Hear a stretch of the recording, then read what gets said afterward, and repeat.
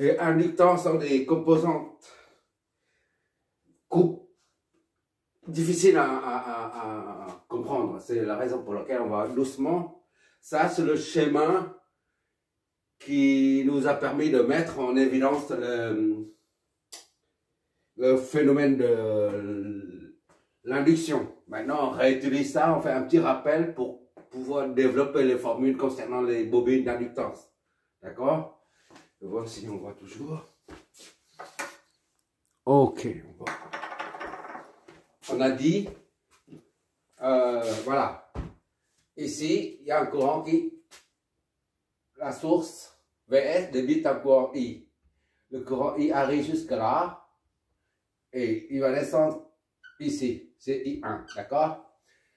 Le circuit est ouvert à ce niveau. Et là, la bobine et la résistance, toutes deux sont alimentées depuis un certain temps. Disons depuis 5 minutes ou 1 heure, peu importe, ou 2 jours.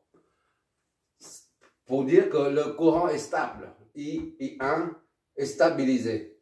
C'est-à-dire si c'est 2 ampères depuis longtemps qui circulent dans ce circuit fermé. D'accord? Quand le courant est stabilisé, là, dans le champ magnétique, ici, là, il l'est aussi. C'est-à-dire il est aussi stable, il est stabilisé. Donc la tension aux bornes, quand il n'y a pas de variation du champ magnétique, il n'y a pas d'induction, il n'y a pas de tension qui est induite aux bornes du condensateur. La tension n'est induite, la tension aux bornes de la bobine. La tension n'est induite aux bornes de la bobine que s'il y a une variation du champ magnétique. Mais comme on a dit, le champ varie si seulement si le courant varie. D'accord? Le courant varie, ça entraîne la variation du champ magnétique, c'est-à-dire le flux magnétique. Le flux magnétique, on l'écrit phi ou une autre lettre. Voilà. Mais comme le circuit est alimenté depuis longtemps, le courant est stable. Disons I est égal à I1 est égal à 0,2 ampères par exemple. Toujours constant. Donc il n'y a pas de variation du flux, du champ magnétique. D'accord? Et par conséquent, aucune tension n'est induite aux bornes de la bobine. La tension est nulle. Que ce soit plus, ici, moins, ici, ou plus, ici, moins, ici, peu importe. Puisque la tension est nulle. VL est nulle. D'accord? Donc, mais maintenant, on vient fermer le truc. On va fermer.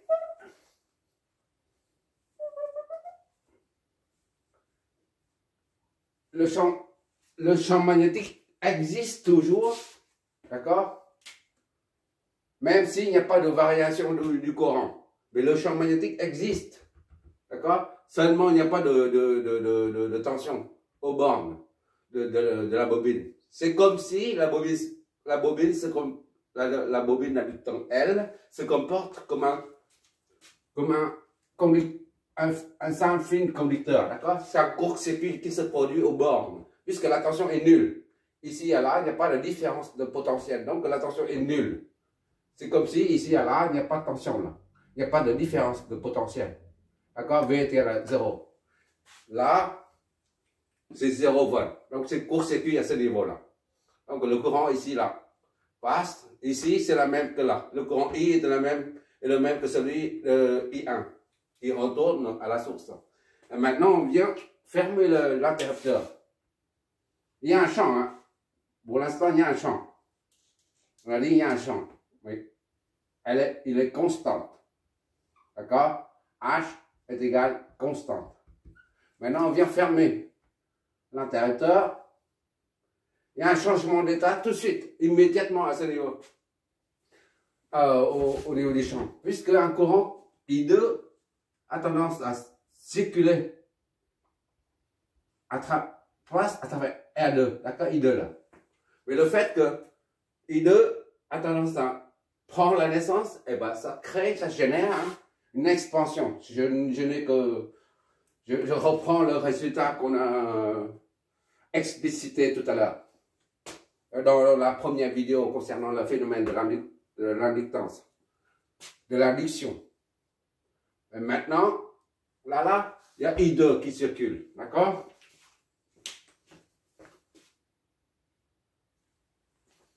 Comme on a dit, à l'instant t est égal à 0, I2 est nul. Puisque le champ, la tension qui se développe, là, il y a une expansion du champ magnétique. Et ça développe une tension ici. Cette tension s'oppose au courant I. D'accord? Maintenant, on se met dans la situation où t est différent de 0. C'est-à-dire t est égal à 0,001 seconde, par exemple. Une seconde, par exemple. Ah ben, I2 est différent de 0. Puisque le champ diminue, le champ magnétique diminue et la tension induite diminue, elle aussi. D'accord? Et par conséquent, ça laisse passer le courant. Et quand, c'est-à-dire que I n'est plus égal à 0, mais c'est différent de 0, d'accord? C'est-à-dire qu'il y a deux courants qui parlent, qui circulent dedans. Ce courant-là, I2, là, la tension ici, là.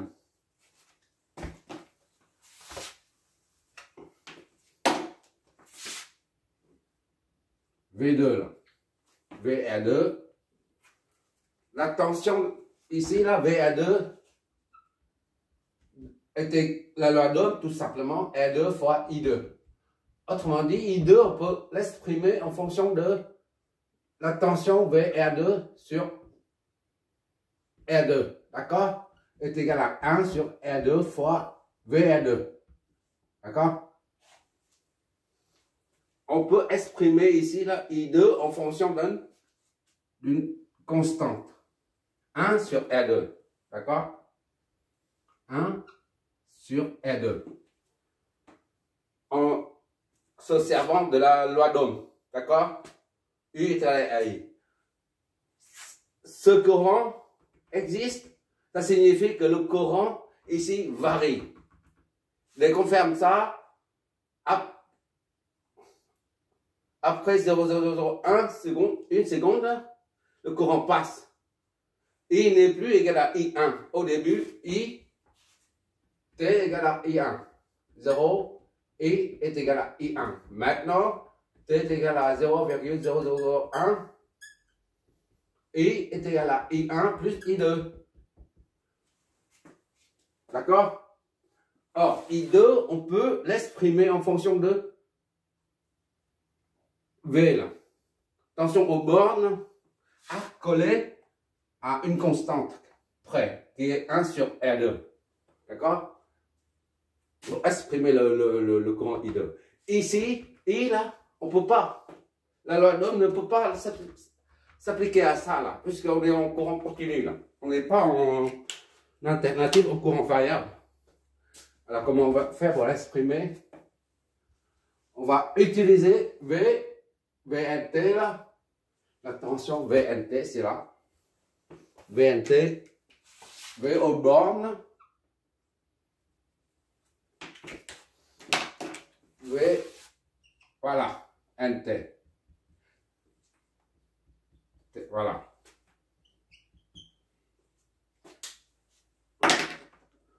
VNT, on va, ça dépend de quelque chose, d'un coefficient. Et bien ça, c'est pareil. Ce coefficient, c'est K, on ne connaît pas. D'accord? Fois I. U est égal à RI. D'accord? On exprime ça, on se base sur la résistance, par analogie avec la loi d'Ohm, au bord d'un élément résistif. Ici, une bobine, il n'y a pas de résistance. La résistance est nulle. D'accord? I fois I. D'accord?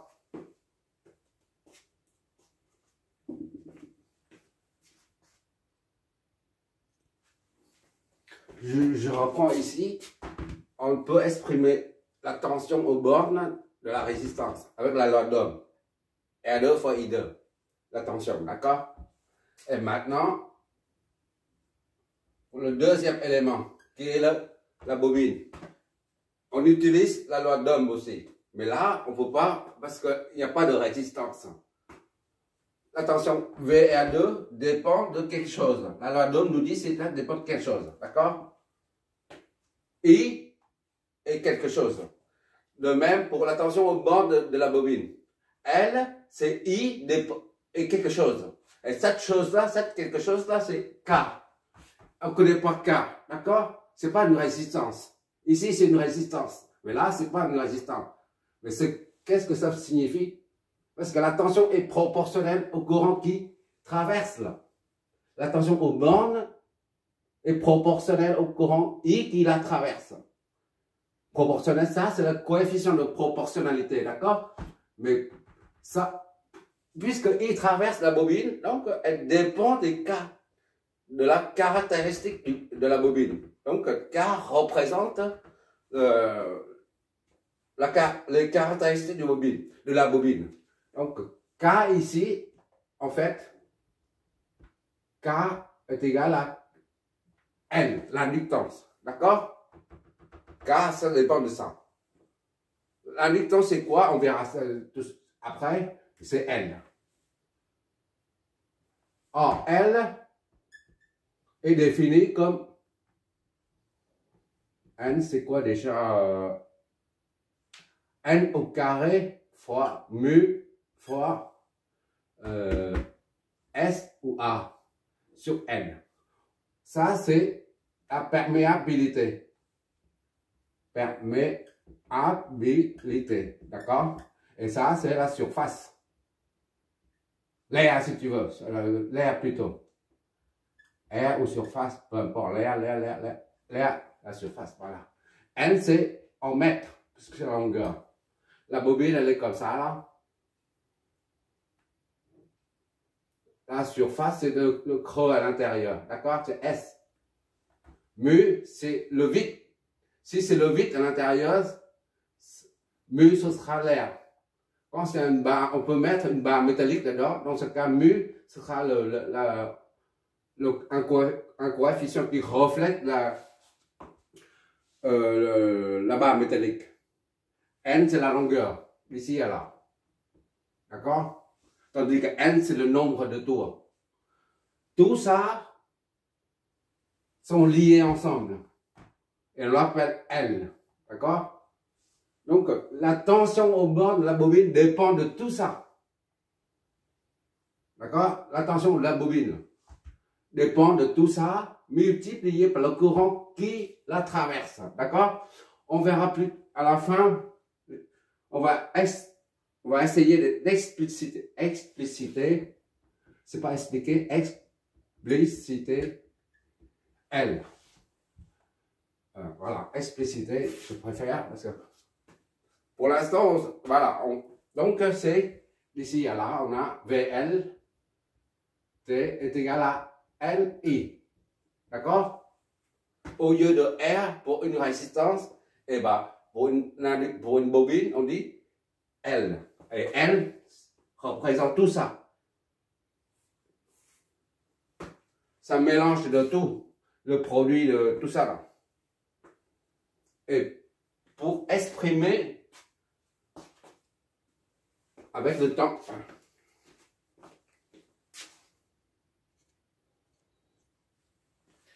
et que pour un condensateur, on exprime ça en fonction du temps.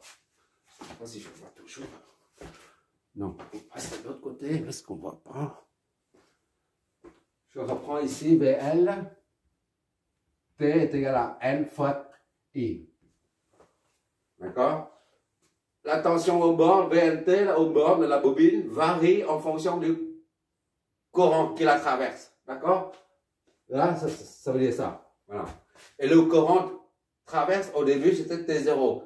T0,001. Après, T est égal à 0,1 seconde, par exemple. Ainsi de suite. C'est-à-dire que le courant varie en fonction du temps. Et pour exprimer ça, au lieu de dire 0,1 ou 0, T est égal à 0,001. Une seconde. On va utiliser comme d'habitude la notation infinitésimale. C'est-à-dire, on utilise la lettre D comme différentiel. dt, pour une toute petite quantité de variation du temps, on a une petite quantité de variation du courant, dI. D'accord? Tout ça en fonction du temps, comme on veut là, comme on veut ici. Donc, VNT est égal à N fois DI. D'accord? DI là, DI qui traverse là, sur DT. Voilà, c'est tout. Ça, c'est la formule concernant la formule fondamentale concernant une bobine. Comparé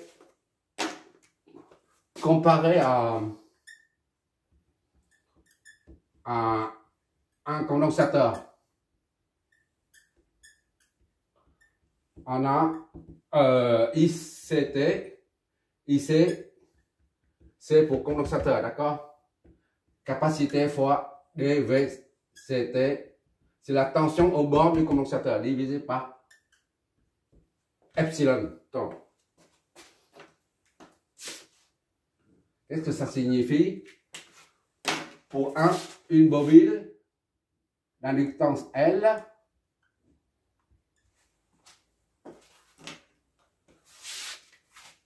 on fait je mets ici ou là, c'est la même chose. Là, il y a plus de place.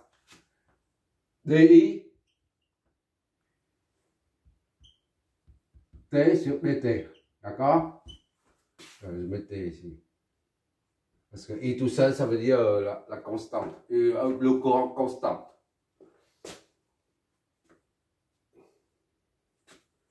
Et pour ça c'est une bobine, ça.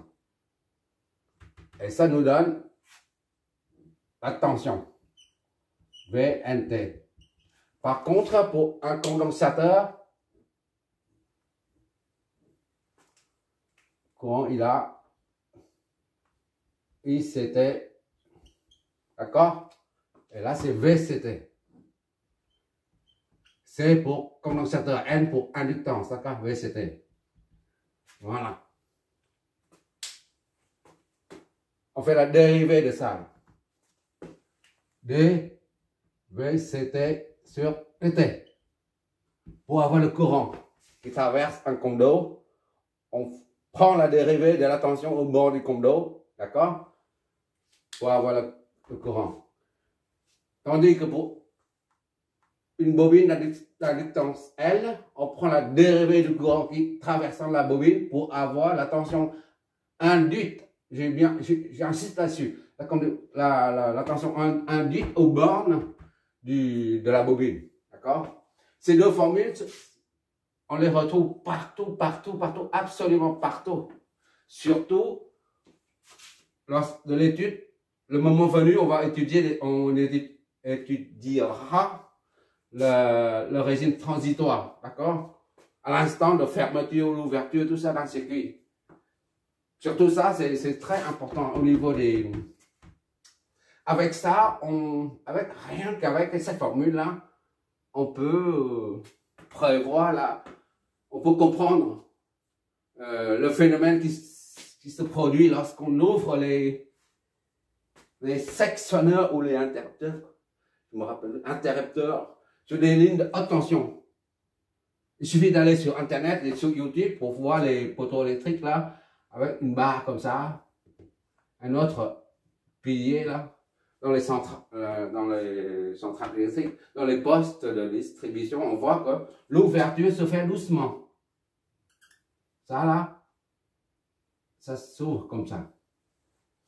Il y a un courant qui passe comme ça là, disons, on l'ouvre comme ça là. Ici, au début, c'est fermé comme ça.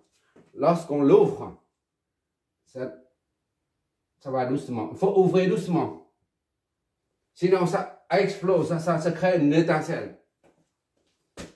Allez, tu vas sur YouTube, tu verras que c'est impressionnant de voir ce qui se passe lorsqu'on ouvre un sectionneur. Mais un sectionneur, c'est l'ouverture se fait à hors tension, je crois. Je ne me rappelle plus.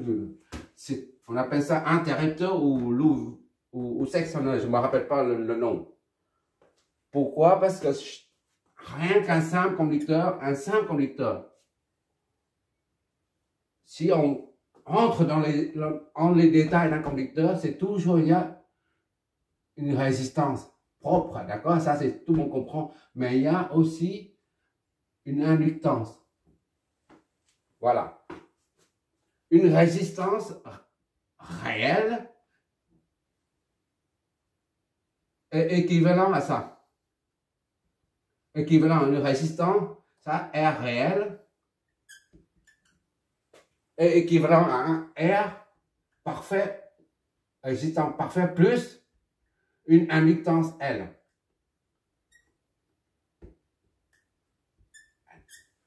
Et pourquoi c'est important, si important là? Parce que plus tu ouvres, si tu ouvres ça rapidement, le temps, il y a une surtension.